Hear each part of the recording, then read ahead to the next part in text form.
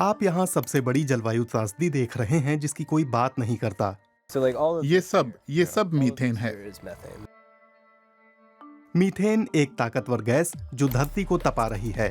औद्योगिक क्रांति के बाद से 1/4 वैश्विक ग्लोबल वार्मिंग के लिए यही गैस जिम्मेदार है और ये जीवाश्म ईंधन प्लांटों से निकल रही है। हम वाकई प्लम्बिंग की बात कर रहे हैं। बिल्कुल सही। मीथेन का उत्सर्जन घटाना जलवायु परिवर्तन को धीमा करने का सबसे सस्ता, तेज और सबसे आसान तरीका है। लेकिन जो कंपनियां इसके लिए जिम्मेदार हैं वे ऐसा नहीं कर रही हैं। कुछ अपवादों को छोड़ दें तो कोई उन्हें जवाबदेह भी नहीं ठहराता। जेम्स तुरीटो क्लीन एयर टास्क फोर्स पर्यावरण समूह से जुड़े हैं। ये समूह धरती के बढ़ते तापमान को रोकने के लिए सही तकनीक और नीतिगत समाधानों की मांग करता है।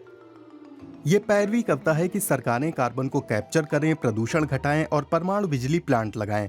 हम तुरीटो से बर्लिन में मिल रहे हैं और ट्रेन से उत्तरी इटली जा रहे हैं मीथेन की तलाश में, जहां ये होनी नहीं चाहिए।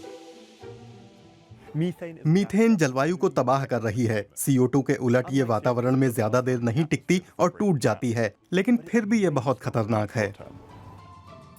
मीथेन इतनी ताकतवर है कि 20 साल में वो CO2 के मुकाबले धरती को 80 गुना ज्यादा गर्म करती है।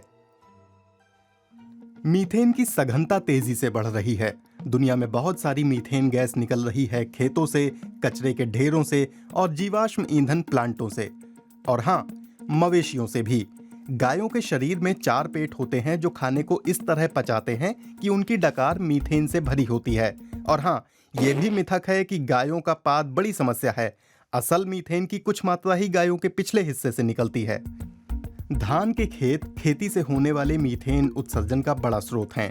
भेड़ों और कुछ दूसरे खानों के स्रोतों के साथ 40% मीथेन उत्सर्जन इंसानी गतिविधियों से ही होता है। फिर आते हैं लैंडफिल, जो समस्या के 20% हिस्से के लिए जिम्मेदार हैं। लेकिन मीथेन के जिस स्रोत में हमारी दिलचस्पी है और जिसे आसानी से सुधारा जा सकता है, वो है जीवाश्म ईंधन। ये अब तक के 1/3 मीथेन उत्सर्जन के लिए जिम्मेदार हैं। जो गैस हम खाना बनाने और हीटिंग के लिए इस्तेमाल करते हैं, वो लगभग पूरी तरह मीथेन से बनती है। और ये हर जगह समुद्री प्लांटों, तेल के कुओं, गैस पाइपलाइनों और उस प्लांट से भी लीक हो रही है जहां हम आए हैं। हम मिलान के पास एक इंडस्ट्रियल पार्क में जा रहे हैं जहां जीवाश्म गैस स्टोर है। ऐसे प्लांट एनर्जी सप्लाई चेन के लिए बहुत जरूरी हैं, जिन पर कोई ध्यान नहीं देता। हम यहाँ वो प्रदूषण देखने आए हैं जो नंगी आंखों से नहीं दिखता। शायद आप मीथेन वाली जगह रह रहे हों और आपको पता भी ना हो। जीवाश्म ईंधन कंपनियां आमतौर पर नहीं चाहती कि लोग उनके फैलाए प्रदूषण पर उंगली उठाएं। इसीलिए तुरीटो जब ऐसी साइट पर आते हैं तो सुरक्षा दीवार के बाहर ही रहते हैं और अपने खास कैमरे से उस जगह को स्कैन करके मीथेन का पता लगाते हैं। तो बड़ा सवाल है, क्या हम इस प्लांट से निकल रही मीथेन का पता लगा पाएंगे? आप जो देख रहे हैं वो यहाँ से निकल रही गैस है। मीथेन ढूंढने वालों का यही काम है। वो अदृश्य को नजरों के सामने ला देते हैं। अपने फोन पर तो मुझे कुछ नहीं दिखाई दे रहा और यहाँ हमें ऊपर पाइप से बहुत सारी गैस लीक होती दिख रही है। बिल्कुल। मेरा कैमरा गैस नहीं पकड़ पा रहा है, तो इसकी एक वजह है। मेरा फोन चंद सौ यूरो का है, जबकि तुरीटो के कैमरे की कीमत है 1 लाख यूरो। 1 लाख यूरो। कीमत इसलिए ज्यादा है क्योंकि ये कैमरा इंफ्रारेड रेडिएशन को उस वेवलेंथ पर पकड़ता है जो हाइड्रोकार्बन को मीथेन की तरह देखने के लिए चाहिए। हालांकि ये पता नहीं चलता कि कितनी मीथेन निकल रही है, लेकिन कैमरा बता देता है कि समस्या कहाँ है। ये अदृश्य गैसों को देख सकता है। ये उन चीजों को पकड़ सकता है जो आम आदमी होने के नाते मैं नहीं पकड़ सकता। जबरदस्त है। लेकिन यही वजह है कि ये पूरा उद्योग मीथेन उत्सर्जन की अपनी जिम्मेदारी से बचा रहता है। लोगों को पता ही नहीं होता कि कितनी गैस निकल रही है और ये आ कहां से रही है। अंतर्राष्ट्रीय ऊर्जा एजेंसी का अनुमान है कि बिजली के क्षेत्र में होने वाला दुनिया का मीथेन उत्सर्जन उससे 70% ज्यादा है, जितना देश अपने आधिकारिक आंकड़ों में बताते हैं। मीथेन को छोड़े जाने के 3 तरीके हैं। एक है साधारण रिसाव। इसका कारण हो सकता है किसी बोल्ट का ठीक से न कसा जाना या पाइपलाइन पर जंग लगना। दूसरा है वेंटिंग, जिसमें मीथेन जानबूझकर छोड़ी जाती है। ऐसा मेंटेनेंस वर्क के दौरान पाइप में दबाव घटाने के लिए किया जा सकता है। तीसरा तरीका है फ्लेयरिंग। इसमें कहीं से निकल रही मीथेन को जलाया जाता है। मीथेन को जलाने से ये गैस एक अत्यधिक हानिकारक से सामान्य हानिकारक गैस में बदल जाती है, लेकिन ये काम इतने लचर तरीके से किया जाता है कि कच्ची मीथेन वातावरण में जा रही होती है। 2021 में क्लीन एयर टास्क फोर्स ने यूरोप भर में तेल और गैस के 250 ठिकानों का दौरा किया। उनमें से 180 पर अलग अलग मात्रा में मीथेन उत्सर्जन होता मिला। ये छिटपुट घटनाएं नहीं हैं। बहुत से उपकरणों के हिस्सों से मीथेन रिस रही थी जब 8 महीने पहले तुरीटो वहां गए थे। कुछ रिसाव शायद बंद कर दिए गए हैं, वहीं बाकियों से पहले से भी ज्यादा मीथेन वातावरण में जा रही है।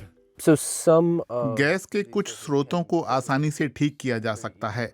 हमने एक वाल्व देखा और हमें लगा कि इसे आसानी से टाइट किया जा सकता है।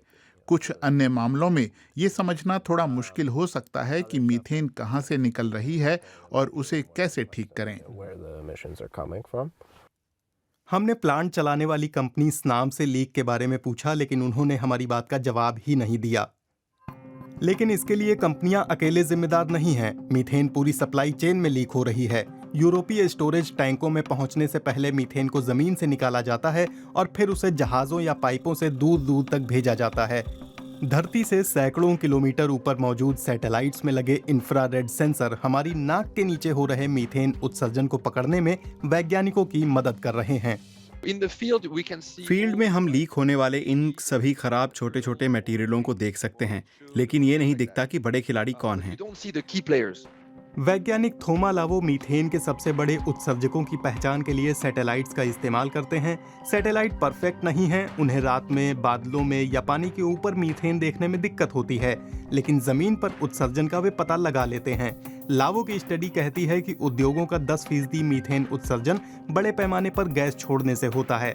ऐसा कभी कभार ही होता है, लेकिन दुनिया भर में होता है।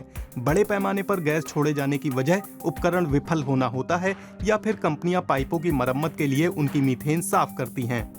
मीथेन का ये विशाल विस्फोट हजारों रिसावों के बराबर होता है और ये बहुत महंगा पड़ता है। गैस की बर्बादी से आर्थिक नुकसान होता है, वायु प्रदूषण की वजह से जिंदगियां खत्म होती हैं और जलवायु परिवर्तन से लड़ने में समय खराब होता है।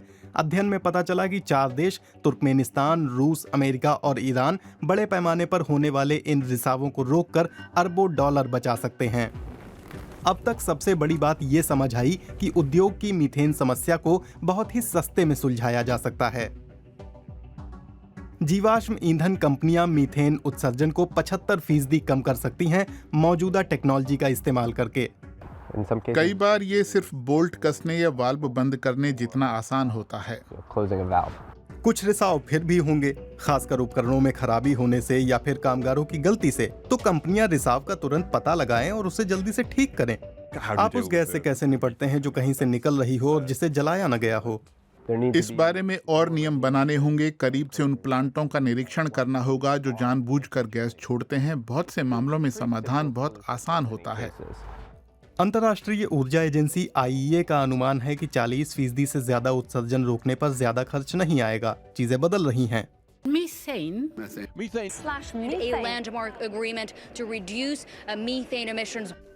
ग्लासगो जलवायु सम्मेलन में 100 से ज्यादा देशों ने इस दशक के अंत तक वैश्विक मीथेन उत्सर्जन को 30% घटाने का संकल्प लिया। यूरोपीय संघ मीथेन उत्सर्जन को मापने और उसके बारे में बताने के लिए नए तौर तरीके लाने की योजना बना रहा है। रिसाव का पता लगाकर उन्हें ठीक भी किया जाएगा। मीथेन की वेंटिंग और फ्लेयरिंग पर भी प्रतिबंध का प्रस्ताव है। एक बात और जिस पर अभी तक विचार नहीं किया गया है, यूरोपीय संघ को उन देशों के लिए भी मानक बनाने चाहिए जहां से वो तेल और गैस खरीदता है। इससे वैश्विक स्तर पर मीथेन उत्सर्जन में कटौती का रास्ता तैयार होगा और हमें धरती के बढ़ते तापमान से निपटने के लिए और समय मिलेगा।